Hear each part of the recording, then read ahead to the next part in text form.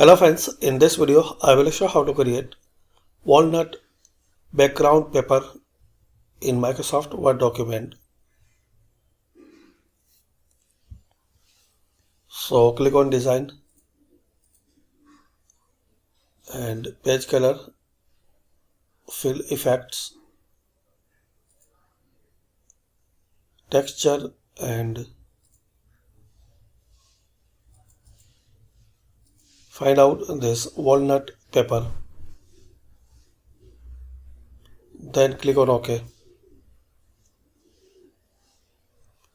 You can change your font color.